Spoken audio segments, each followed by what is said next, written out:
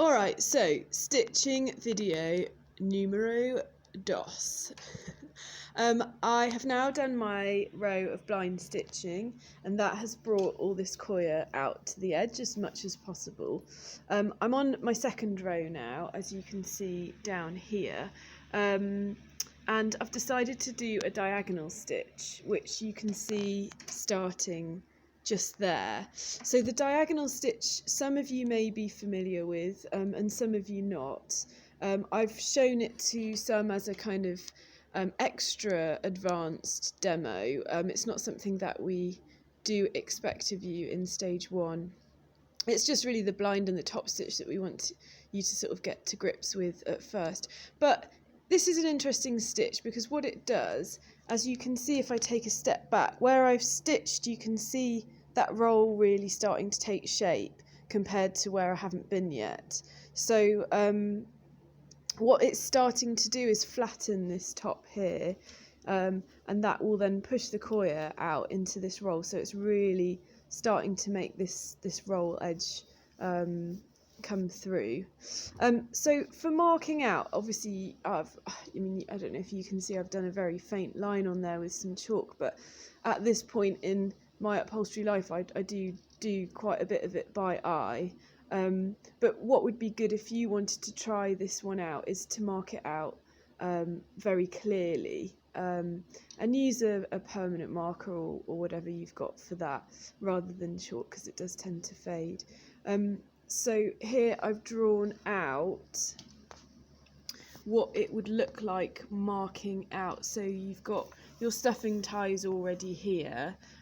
This solid line is trying to show you the edge of your pad, and then this, for example, is where you might already have marked out a top stitch, so 4 to 5 centimeters from the edge, and then I'm hoping that most of you will have another top stitch here, so you'll have another line of 4 to 5 centimeters from the edge. And then what you've got left in this space between the stuffing ties and your top stitch rows, this is where you would put the diagonal stitching. And as you can see on my pad, I've done the blind stitching first and then the diagonal stitching. This would always go behind the top stitch, therefore you'll need to do it before you do your top stitching, otherwise you won't be able to kind of access the pad with your needle.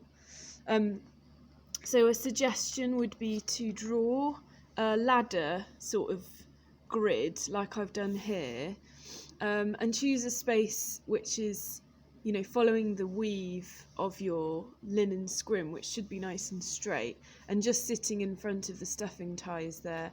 You want to be drawing, first draw one line, and then 2 centimeters away from that draw another line, and then you want to make your markers every 2 centimeters as you go along. So what you're having here are squares.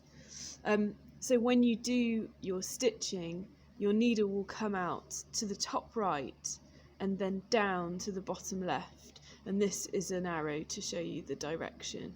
And yeah, so that will be nice and neat every single time you know that your diagonal stitch is going to be in line with each other and the same size stitch. So I'll just give you a little demo of how it's done.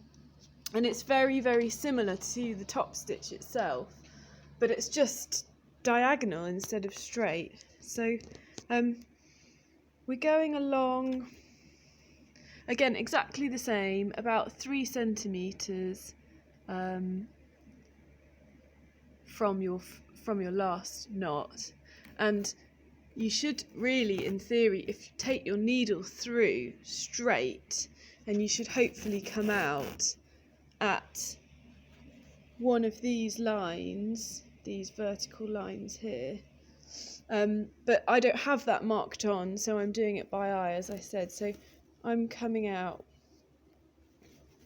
on my very lightly chalked 2 centimeter mark, and I'm taking my needle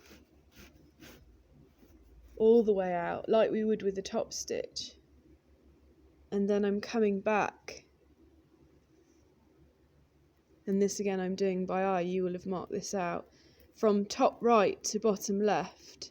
Don't turn your needle round, again just the same as a top stitch, and then push your needle all the way through and just finish as you always do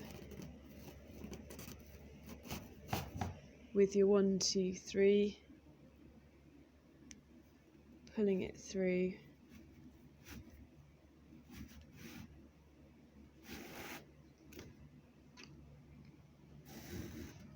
I'm just going to have to put this down. Oh no, I've got it.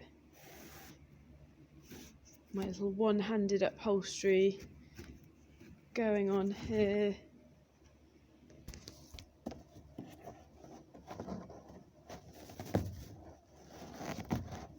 Got myself a little knot in there. So bear with me. Right, pulling that nice and tight, and then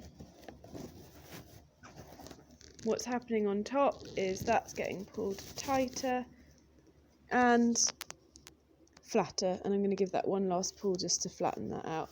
So looks exactly the same on this side, except it's diagonal on top. So that is your diagonal stitch, and there's Ginger. Hello.